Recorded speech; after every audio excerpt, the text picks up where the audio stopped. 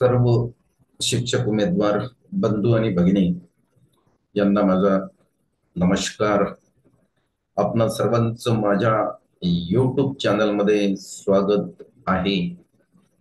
मित्रो, आजच्या या व्हिडिओमध्ये आपल्याला शिक्षक भरतीबाबत जे नवीन प्रसिद्धी पत्रक निघालेलं आहे त्यावर चर्चा करायची आहे. आणि हे नुकतंच जी काही आता आपली 10/6/2024 चं प्रसिद्धी पत्रक आहे आणि या प्रसिद्धी पत्रकामध्ये जे काही मुद्दे त्यांनी दिलेले आहेत त्यावर आपल्याला आजच्या या व्हिडिओमध्ये चर्चा करायची आहे. तर सर्वात जो महत्वाचा मुद्दा आहे या आजच्या या व्हिडिओ मधला तो म्हणजे आपण कालच यावर चर्चा केली होती की शिक्षक भरती जी आहे ती निवडणूक आचारसंहितेच्या कचाट्यात सापडलेली आहे. परंतु कालच्या पत्रानुसार असं सिद्ध होते की माननीय निवडणूक आयुक्त यांना स्टेट इलेक्शन कमिशनने काही मुद्द्यांवर शिक्षक भरतीबाबत परवानगी दिलेली आहे. पण त्यांनी त्याच्यामध्ये काही अटी आणि शर्ती टाकलेल्या आहेत. त्या अटी आणि शर्ती कोणत्या टाकलेल्या आहेत ते आपल्याला बघायचं आहे आजच्या या व्हिडिओमध्ये. त्या प्रसिद्धी पत्रकामध्ये त्यांनी ते क्लिअर केलेलं आहे आणि त्या अटी आपल्याला सुद्धा बघायच्या आहेत. आणि या अटी आणि शर्तीच्या अधीन राहून शिक्षण आयुक्तांना काय कार्यवाही करता येते शिक्षक भरतीबाबत त्यावर सुद्धा आपल्याला आजच्या या व्हिडिओमध्ये मित्रहो चर्चा करायची आहे. दुसरं महत्वाचं, आपले जे शिक्षक उमेदवार आहेत त्यांच्या दृष्टिकोनातून जो उत्सुकतेचा मुद्दा आहे तो म्हणजे समांतर आरक्षण फेरी, ज्याला आपण इंग्लिश मध्ये कन्व्हर्टेड राऊंड असं म्हणतो. या कन्व्हर्टेड राऊंड बाबतीत सध्या काय परिस्थिती आहे ते आपल्याला जाणून घ्यायचं आहे. त्याला शासनाची परवानगी मिळाली की नाही मिळाली.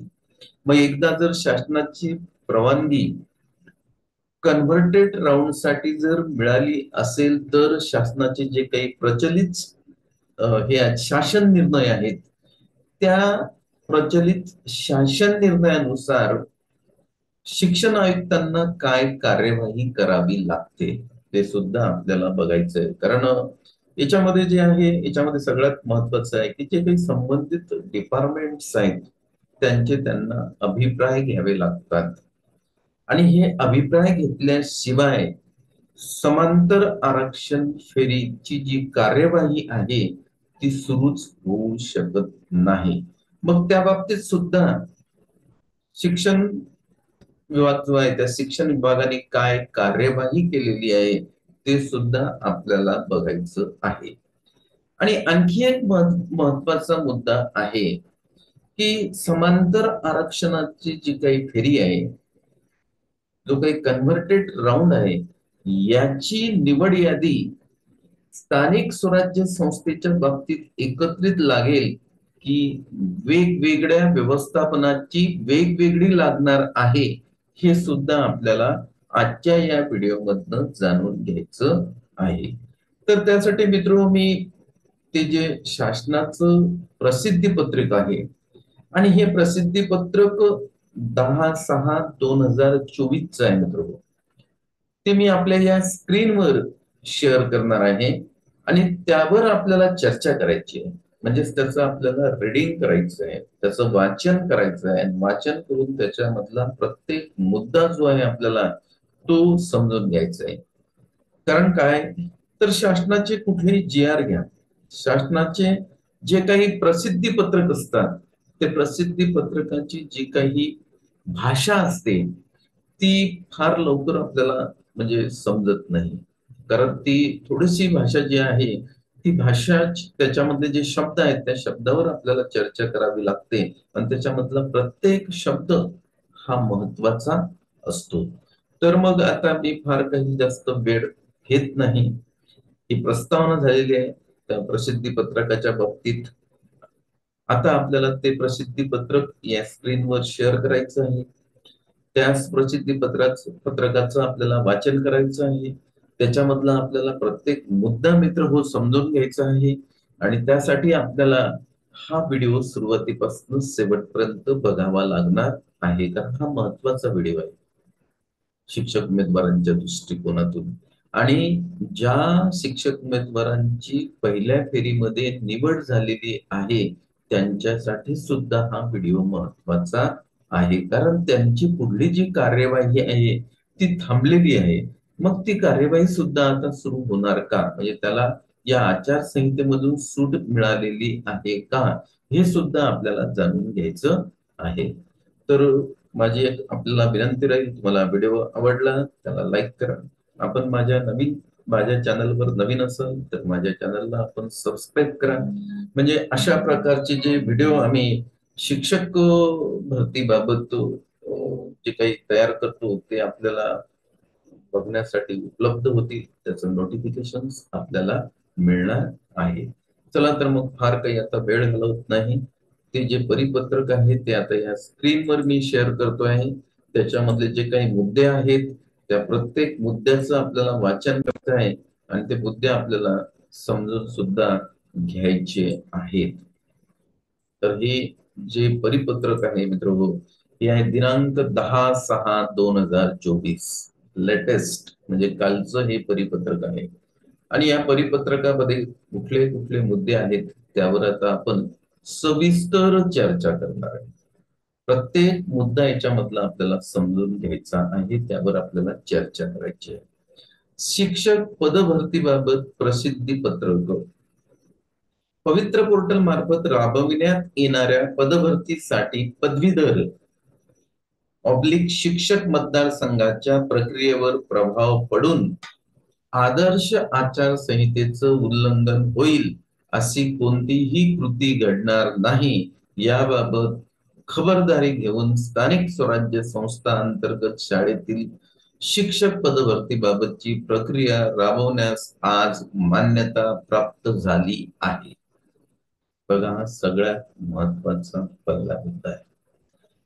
तुम्हाला माहित आहे की सध्या शिक्षक व पदवीधर मतदारसंघाची जी काही निवडणूक आहे त्याची आदर्श आचारसंहिता आपल्या महाराष्ट्रामध्ये लागलेली आहे. आणि त्यांनी असं स्पष्ट सांगितलेलं आहे की तुम्हाला आम्ही शिक्षक भरती करण्यासाठी परवानगी देतोय, परंतु जी काही आदर्श आचारसंहिता आहे याचा कुठल्याच प्रकारे भंग होता कामा नये.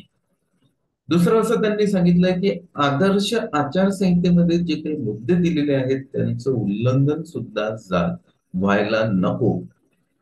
मग त्या दृष्टिकोनातून तुम्हाला अशी कृती करायची आहे की आदर्श आचारसंहितेचं पालनही होणार आहे आणि शिक्षक भरतीचं कामकाज सुद्धा सुरू राहणार आहे. म्हणून माननीय शिक्षण आयुक्त यांनी इथं असं दिलेलं आहे की जी काही म्हणजे अगोदर स्थानिक स्वराज्य संस्थेची निवड यादी लागलेली आहे त्या निवड यादीवर कार्यवाही करण्याचे आदेश त्यांनी दिलेले आहेत. म्हणजे पहिल्या फेरीमध्ये 11,085 लोकांची जी निवड यादी लागलेली आहे त्या निवड यादीचं जे काही काम आहे ते अजूनही अपूर्ण आहे. म्हणजे ते जे शिक्षक उमेदवार आहेत त्यांचं डॉक्युमेंट व्हेरिफिकेशन असेल, त्यांना नियुक्तीपत्र देण्याचं काम असेल, त्यांना रुजू करून घेण्याचं जे काही असेल, हे सर्व ज्या काही कामं आहेत ते आता या निवडणूक आयोगानं त्या बाबतीत परवानगी दिलेली आहे असं त्यांनी स्पष्ट दिलेलं आहे, म्हणजे मान्यता प्राप्त झाली आहे. परंतु हे करत असताना त्यांनी अट टाकलेली आहे की काही तुम्हाला अटी आणि शर्ती आहेत त्याचं उल्लंघन व्हायला नको, कारण ती आदर्श आचारसंहिता महाराष्ट्रामध्ये सध्या सुरू आहे. पुढलं त्यांनी सांगितलंय की दिनांक 25/2/2024 रोजी प्रसिद्ध केलेल्या गुणवत्ता यादीतील उर्वरित उमेदवारांच्या नियुक्तीबाबतची कार्यवाही संबंधित व्यवस्थापनांना पूर्ण करता येईल. म्हणजे या आदर्श आचारसंहितेमधून ही एक सूट सुद्धा मिळालेली आहे त्यांना की 25/2/2024 ला तुम्ही जी पहिली फेरी होती त्यामध्ये जे निवड यादी लावलेली आहे त्या निवड यादीमधील जे काही उर्वरित उमेदवार आहेत, काही उमेदवार रुजू झालेले आहेत, पण काही उमेदवार अजूनही रुजू झालेले नाहीत किंवा त्यांचं डॉक्युमेंट व्हेरिफिकेशन राहिलेलं आहे, त्यांना नियुक्तीचे आदेश प्राप्त झालेले नाहीत. पण हे सर्व मित्र स्थानिक स्वराज्य संस्थेच्या बाबतीत आहे. तर संबंधित जे व्यवस्थापन आहेत त्यांना त्यांनी असे आदेश दिलेले आहेत, अशा सूचना दिलेल्या आहेत की तुम्ही ते काम आता पूर्ण करू शकता. म्हणजे थांबलेलं जे काम होतं ते आता पुढे सुरू होणार आहे. नंतर पुढे त्यांनी आपल्याला जे आपला जो कळीचा मुद्दा आहे, कळीचा मुद्दा म्हणजे कोणता, तर समांतर आरक्षणाबाबतीतला. समांतर आरक्षणाबाबतीत त्यांनी काय सांगितलेलं आहे या प्रसिद्धी पत्रकामध्ये काय दिलेलं आहे ते आपल्याला आता बघायचं आहे. दरम्यान समांतर आरक्षणातील पदे भरण्याची कार्यवाही करण्याच्या दृष्टीने प्रचलित शासन निर्णयाप्रमाणे संबंधित विभागाचे अभिप्राय प्राप्त करून पदभरतीची कार्यवाही करण्याबाबत शासनाने परवानगी दिलेली आहे. समांतर आरक्षणाची जी फेरी आहे आणि याची जे पदभरती करायची आहे ते पदभरती करण्यासाठी संबंधित जे काही विभाग असतात त्यांच्याकडनं अभिप्राय घ्यावे लागतात आणि हे अभिप्राय घेण्याची परवानगी शासनाकडे त्यांना मागावी लागते. रितसर ही परवानगी शासनाकडनं घ्यावी लागते आणि ही अभिप्राय घेण्याची जी परवानगी आहे ती त्यांना आता मिळालेली आहे. म्हणजे शिक्षण विभागाला संबंधित विभागाकडून समांतर आरक्षण फेरीतील जे पदभरती करायची आहे त्यासाठी काही अभिप्राय घ्यावे लागतात आणि ते अभिप्राय घेण्याची परवानगी शिक्षण विभागाला आता मिळालेली आहे, असं त्यांनी या मुद्द्यामध्ये स्पष्ट सांगितलेलं आहे. आता पुढे त्यांनी म्हटलंय त्यानुसार माजी सैनिक या समांतर आरक्षणातील पदे रूपांतरित करण्यास ना हरकत प्राप्त करण्यासाठी आयुक्तालयातील उपसंचालक यांनी संबंधित कार्यालयास समक्ष भेट देऊन प्रस्ताव सादर केला आहे. तसेच संबंधित अधिकाऱ्यांशी चर्चा करून जलद गतीने मान्यता देण्यासाठी विनंती केली आहे. मग त्यांनी त्या बाबतीत काय कारवाई केली आहे, तर त्यांनी सांगितलं की माजी सैनिक या समांतर आरक्षणातील पदे रूपांतरित करण्यास आणि ना हरकत प्रमाणपत्र घ्यायचं आहे त्यांना. बघा यांनी स्पष्ट दिलेलं आहे. त्यानुसार माजी सैनिक या समांतर आरक्षणातील पदे रूपांतरित करण्यास ना हरकत प्राप्त करण्यासाठी आयुक्तालयातील जो काही उपसंचालक दर्जाचे अधिकारी आहेत त्यांनी संबंधित विभागामध्ये जाऊन संबंधित अधिकाऱ्यांशी म्हणजे प्रत्यक्ष चर्चा सुद्धा केलेली आहे आणि एक त्यांनी प्रस्ताव सुद्धा सादर केलेला आहे. कशासाठी, तर जे काही माजी सैनिकांचे समांतर आरक्षणामधले जे पद आहेत ते कन्व्हर्ट करण्याच्या बाबतीत त्यांनी एक प्रस्ताव सादर केलेला आहे आणि त्यांनी प्रत्येक समक्ष त्यांची भेट सुद्धा घेतलेली आहे. पुढे त्यांनी असं दिलेलं आहे, समांतर आरक्षणाबाबतची कार्यवाही पूर्ण झाल्यानंतर समांतर आरक्षणाबाबतची कार्यवाही पूर्ण झाल्यानंतर स्थानिक स्वराज्य संस्था अंतर्गत शाळेतील शिक्षक पदभरती व्यवस्थापन निहाय सर्वसाधारण गुणवत्ता यादी प्रसिद्ध करण्यात येईल. हा आपल्या दृष्टिकोनातून फार महत्वाचा मुद्दा आहे. त्यांनी स्पष्ट सांगितलेलं आहे. म्हणजे आपले जे शिक्षक उमेदवार आहेत त्यांच्या मनामध्ये अशी धाकधूक होती की समांतर आरक्षणाची फेरी होईल की नाही, होईल तर केव्हा होणार आहे. तर आजच्या या परिपत्रकातून काही मुद्दे असे स्पष्ट होतात की समांतर आरक्षणाची फेरी निश्चित होणार आहे. त्या बाबतीत कुठलंच दुमत नाही. कारण इथं त्यांनी या मुद्द्यामध्ये स्पष्ट सांगितलं की समांतर आरक्षणाबाबतची कार्यवाही पूर्ण झाल्यानंतर स्थानिक स्वराज्य संस्था अंतर्गत शाळेतील शिक्षक पदभरती व्यवस्थापन निहाय सर्वसाधारण गुणवत्ता यादी लावतील आणि ती प्रसिद्ध करण्यात येईल पवित्र पोर्टलवर. व्यवस्थापन न्याय म्हणजे हे लक्षात घ्या. आता व्यवस्थापन न्याय हा शब्द फार महत्वाचा आहे. स्थानिक स्वराज्य संस्थेमध्ये कुठल्या कुठल्या शाळा येतात, तर आपण या अगोदर सुद्धा यावर चर्चा केलेली आहे. महानगरपालिकांच्या शाळा येतात, जिल्हा परिषदच्या शाळा येतात आणि नगर परिषदच्या शाळा येतात आणि यांचं व्यवस्थापन कोण चालवते, तर जिल्हा परिषदच्या शाळांचं संबंधित सीओ चालवतात. त्याच्यानंतर महानगरपालिकेच्या बाबतीत विचार केला तर संबंधित आयुक्त चालवतात आणि नगर परिषदच्या बाबतीत पुन्हा चीफ ऑफिसर असतं. तर ही जी निवड यादी आहे ती निवड यादी व्यवस्थापन निहाय लागणार आहे. म्हणजे जिल्हा परिषदची वेगळी लागेल, नगर परिषदची वेगळी लागणार आहे आणि महानगरपालिकांची वेगळी निवड यादी प्रसिद्ध करण्यात येईल. कुठे प्रसिद्ध करण्यात येईल, तर पवित्र पोर्टलवर. केव्हा प्रसिद्ध करण्यात येईल तर तिथेही सांगितलं की समांतर आरक्षणाचं जे काही हे आहे, समांतर आरक्षणाबाबतची जे काही कार्यवाही आहे ती पूर्ण झाल्यानंतर स्थानिक स्वराज्य संस्थेच्या अंतर्गत ज्या शाळा येतात त्या शाळांची निवड यादी व्यवस्थापन निहाय प्रसिद्ध करण्यात येणार आहे आणि ती पवित्र पोर्टलवर प्रसिद्ध करण्यात येणार आहे. हा एक सर्वात महत्वाचा मुद्दा आपल्या शिक्षक उमेदवारांच्या दृष्टिकोनातून आहे. आणि पुढे एक मुद्दा त्यांनी दिलेला आहे. हे दोन मुद्दे त्यांचे शेवटचे कॉमन असतात प्रत्येक बुलेटिन मध्ये. कोणत्याही अनधिकृत माहितीवर विश्वास ठेवू नये. हे बरोबर आहे.